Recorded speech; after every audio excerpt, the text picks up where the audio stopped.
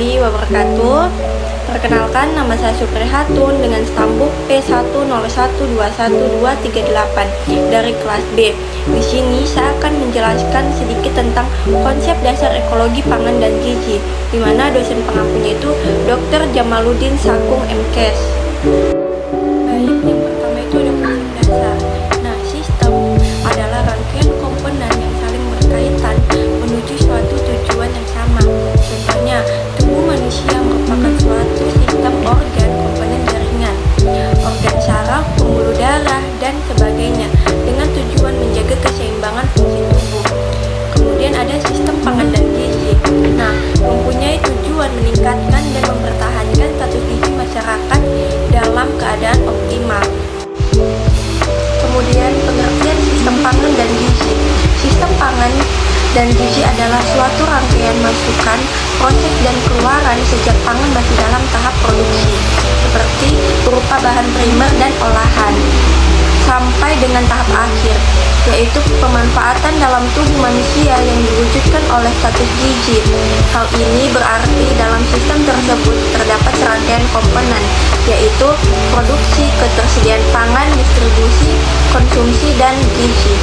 Komponen pangan dan gizi itu yang pertama ada penyediaan pangan, di mana penyediaan pangan merupakan kondisi penyediaan pangan yang mencakup makanan dan minuman yang berasal dari tanaman, lemak, dan air, serta turunannya bagi penduduk suatu wilayah dalam kurun waktu tertentu. Kemudian yang kedua ada distribusi pangan. Distribusi pangan yaitu sistem distribusi yang efisien menjadi prasyarat untuk menjamin agar seluruh rumah tangga dapat menjangkau kebutuhan pangannya dalam jumlah dan kualitas yang cukup baik sepanjang waktu dengan harga yang terjangkau. Secara akurat, terdapat berbagai permasalahan penting dalam pengembangan distribusi pangan. Yang ketiga, konsumsi pangan.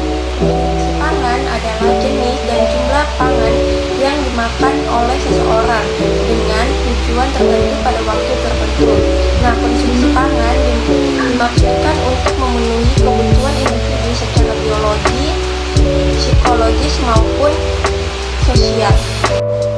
Yang keempat, utilisasi makanan, di mana dalam hal ini pangan mengalami berbagai tahap, yaitu pencemaran yang terjadi dari mulut sampai usus, penyerapan proses zat gizi masuk ke dalam darah dan diangkut ke sel-sel, pemecahan dan sintesis dalam sel, dan pembuangan bahan-bahan yang tidak diperlukan. Pengelompokan zat gizi menurut kebutuhannya terbagi menjadi dua golongan.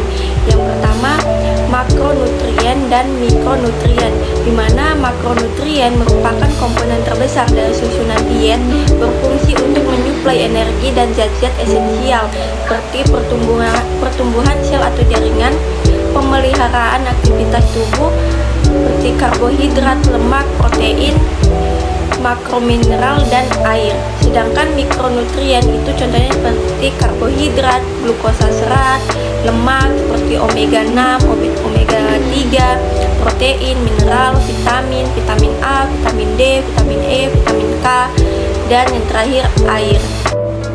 Nah, adapun fungsi pangan dan zat gizi, yaitu yang pertama memberi energi, zat pembakar karbohidrat, lemak, dan protein, merupakan ikatan organik yang mengandung karbon yang dapat dibakar dan dibutuhkan tubuh untuk melakukan kegiatan atau aktivitasnya. Kemudian yang kedua, pertumbuhan dan pemeliharaan jaringan tubuh atau zat pembangun seperti protein, mineral, dan air, diperlukan untuk membentuk sel-sel baru, memelihara dan mengganti sel yang rusak. Yang ketiga, mengatur proses tubuh seperti atau zat pengatur protein, mineral, air, dan vitamin. Nah, protein ini bertujuan mengatur keseimbangan air di dalam sel. Baik, itu tadi penjelasan singkat terkait konsep dasar ekologi pangan dan gizi. Lebih dan kurangnya saya mohon maaf. Wabillahi taufiq walhidayah. Wassalamualaikum warahmatullahi wabarakatuh.